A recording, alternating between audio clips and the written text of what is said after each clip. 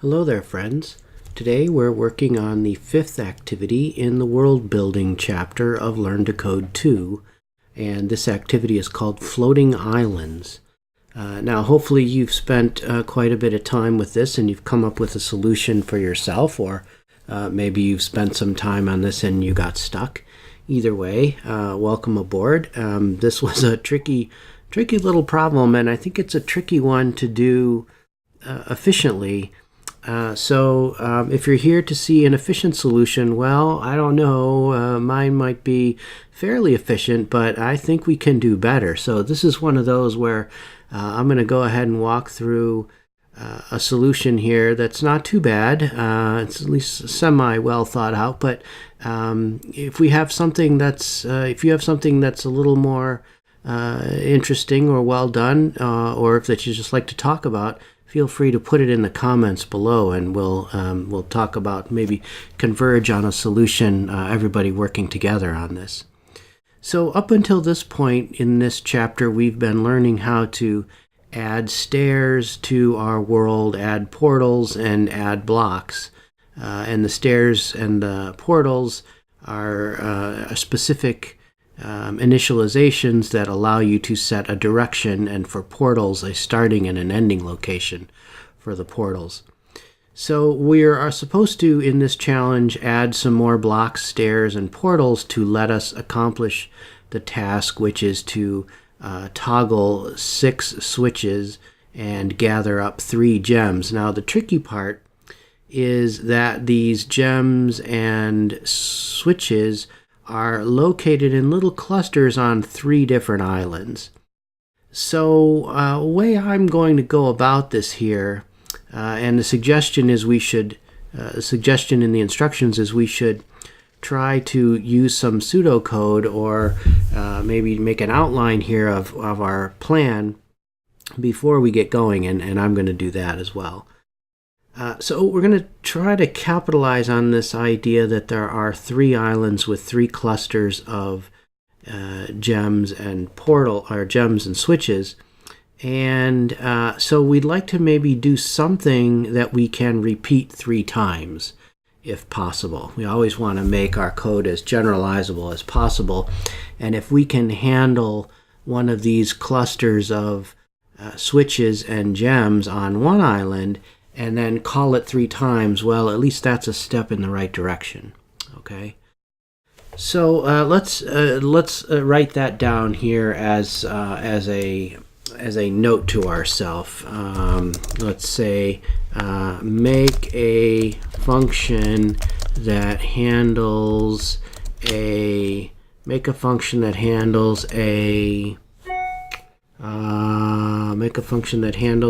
island. Okay, and then we'll call it 3 times. Okay, call that function 3 times. All right, so maybe we'll have in here some kind of a loop for I in 1, 2, 3, solve island or something like this. Okay, where the island will be a function up here, solve island, func solve island. And we need to write that function. Now, so I think we're going to probably make quite a few mistakes in here along the way, or at least write some code that we can do better as we optimize as we go along. So let's just sort of look at one island and see how it would be efficient to handle one island. And the one thing I'm noticing here is that these switches and gems are in little clusters, such that the gems here are all have a pair of switches that are next to it at 90-degree angles, okay, or right angles. So here are the 2 switches for this gem, here are the 2 switches for this gem, here are the 2 switches for this gem.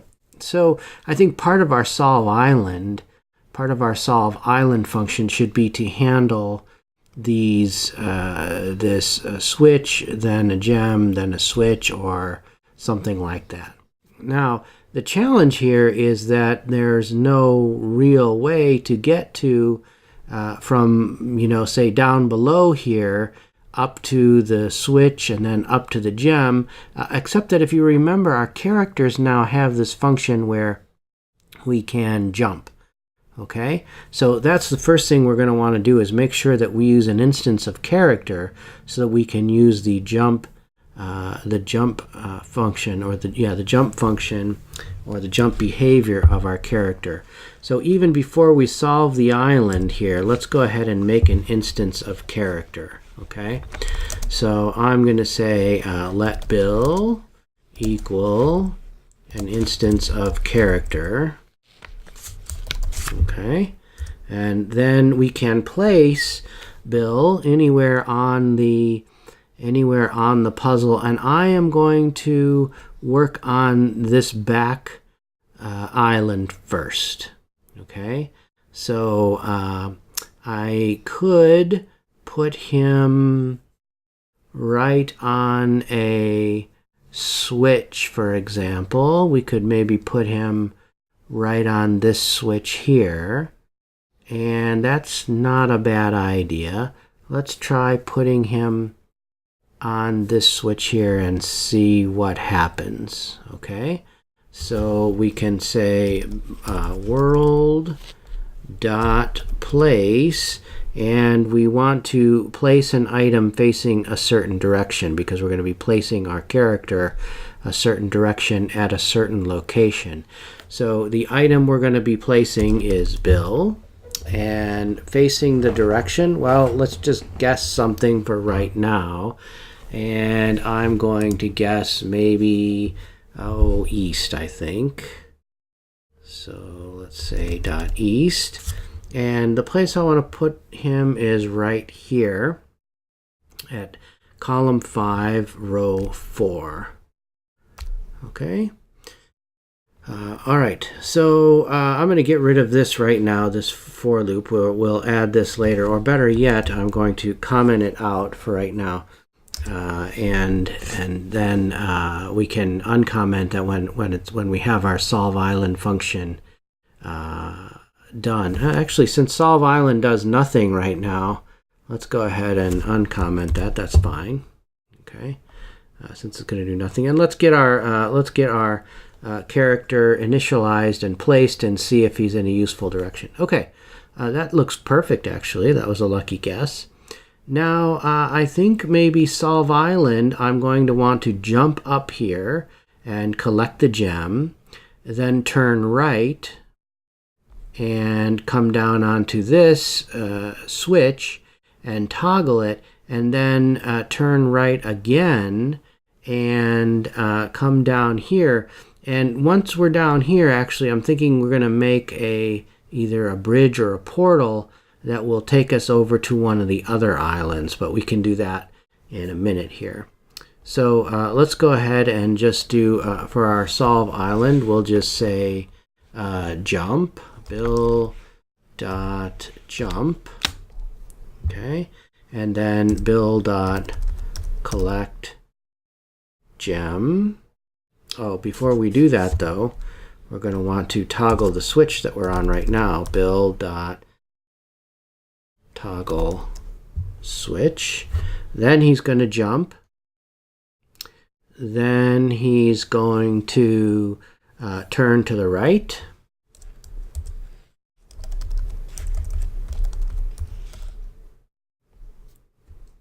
Okay. And he's going to toggle that switch. And then he's going to turn to the right again. And do one more jump onto the place below. So let's just see how this works here. We'll get rid of this for loop, and we'll just say solve island one time here first to see how this works. Okay, so we're testing our solve island function here. So he toggles the switch. He jumps, he collects the gem, he turns to the right. He forgot to jump after he toggled the switch, so we have a little bit of debugging to do here. So right after here, he collected the gem, then turned right, then tried to toggle the switch. So we know that we really want to do another jump in there. Okay, let's try this one more time. That's why we test things. That's why we test our functions without trying to write too much code. It's easy to find the bugs if we're just looking at it one time through instead of writing all the code. Okay, that's great. That's great. Now, when he jumps here, I'm hoping instead of just jumping on this blank tile, I'd like for him to jump onto a portal here. And when he jumps on the portal, accidentally, if you tap on your character, you can switch characters. So I like this character though, so I'm going to go back and just choose him again. All right. Instead, what I really wanted to do was to just tap on his tile. So that's at our start location will be column 5, row 3. And what I'd like him to do maybe is to come over to this island right over here and solve this island. Okay? And the way we did it is if I come to right here, to this location, I should be able to jump up here and do this each time turning to the right again.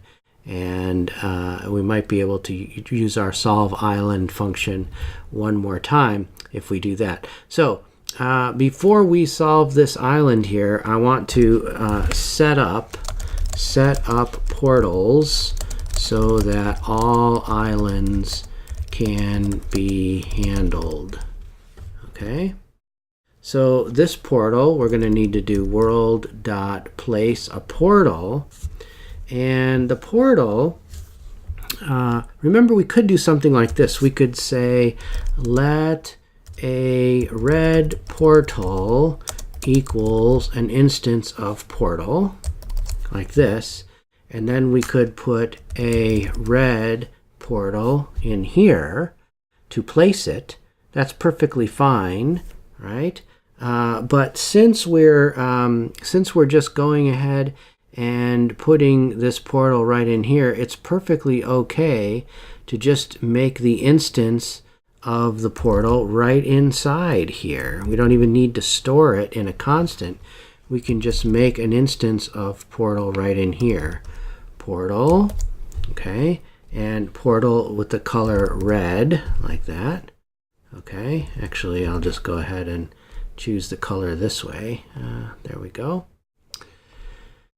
So we're going to place a red portal, and our starting index we said was going to be where he is standing right now, which is column 5, row 3. And the new location we'd like him to come is right here at end column 2 and row 2, like that.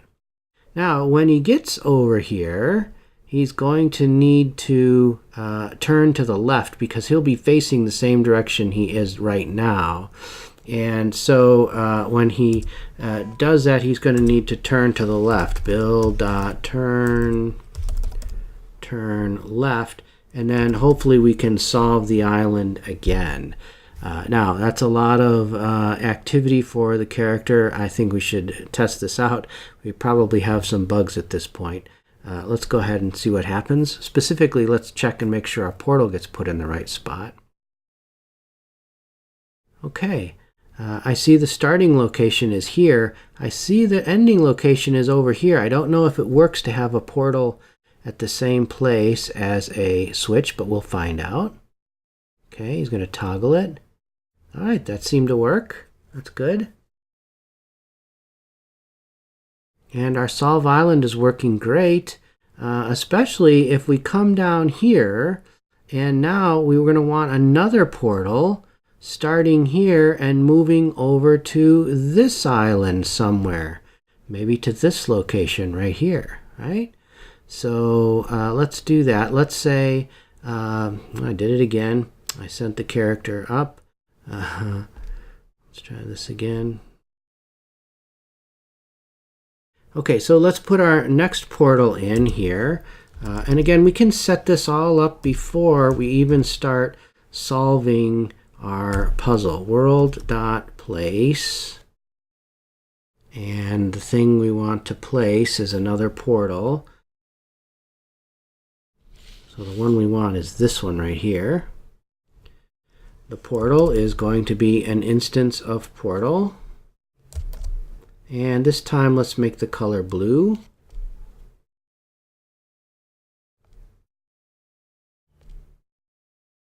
Nice light blue. Okay. The start location is where the character is standing right now, which is at column 1, row 2. And we said we want him to come over here. We want him to come over here, and when he comes here, he'll be at column 2, row 6. All right. Now at this point, he's going to be facing, again, right towards us when he gets here. So in order to complete a solve island again, he's going to need to turn left one more time. So let's do that again. Build.turn left. Okay. Build.turn left, and then solve island. Okay, nice. Now, one thing we notice here is we are repeating the same thing, the same sequence. Solve island, turn left. Solve island, turn left. Solve island, right? I would love to put this in a for loop like we talked about at the beginning and do the solve island, then turn left 3 times, or maybe we'll do a turn left first, turn left, solve island, turn left, solve island, turn left, solve island, but that will be a little bit messed up when we start here, because we put our initial, we put our character at 5, 4 facing to the, which way were we facing? We were facing east here. Now, if we were facing north, here instead, then if we're facing south, then we would need to turn left.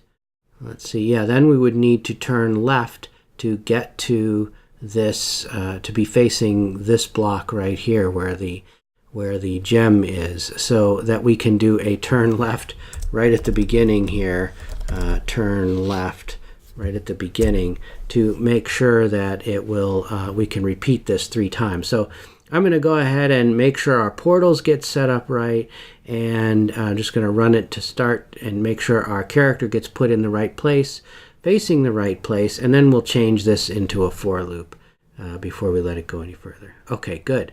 So he's facing the right way so that if he turns left, he'll solve an island. And I also like that this portal got put here and its ending location got put here. So I'm going to stop that code right now and go ahead and put this in a for loop. For I in 1 to 3, because we know we want to handle 3 islands, all we're going to do is do a turn left and a solve island, and then we can get rid of this code right here. All right, and I think that should work great. One other thing to point out. Now, in this case, when you're using a for loop and you need to have the values, the index values, which are 1, 2, and 3 in this case, as you go through the loop, when this says for I in 1, 2, and 3, that means I will have the value 1 the first time through the loop. I will have the value 2 the second time through the loop, and I will have the value 3 the third time through the loop. But remember, we have this nice little syntax in a for loop that if we don't need the values 1, 2, and 3, we can use this underbar here if we want to, and say just for something in the range 1, 2, and 3, we want to turn left and solve island. Okay, that's just going to execute these 2 commands 3 times. All right, let's give this a shot and run through our code here. Let's just double check everything. Okay, we've got a function here, solve island, which I think does the job. And then we're making an instance of our character and placing it. We didn't place it in the direction we needed to go because we wanted him to do a turn left at the very beginning to help our for loop out there. And finally, then we just started putting portals so that we could transport from one island to another. So let's go ahead and run our code here. Okay, so the first thing he's going to do after the portals are set up is turn left and then solve the island, which is just a jump, a collect gem, a turn right, a jump, a toggle switch, a turn right, a jump, and then he's on the portal and he does another turn left and he solves the island, the second island.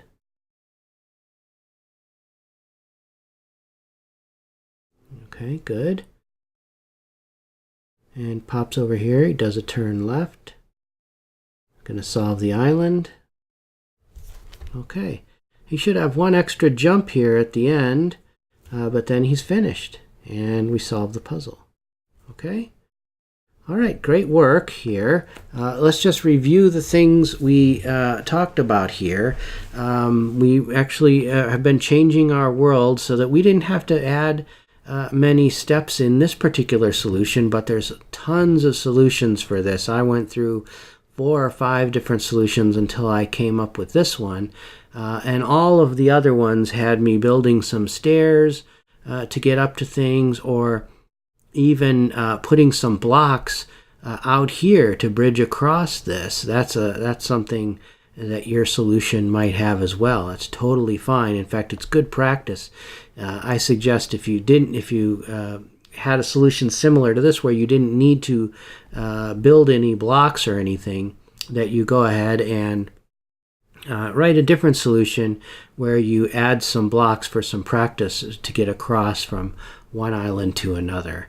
This is a good one to practice on. Lots of different solutions, and I suggest maybe before moving on you get at least 1 or 2 different solutions and see what happens from that point. Good practice in building worlds. All right, good work everybody. We'll see you next time when we'll be working on build a loop, a solution to build a loop. All right, see you next time.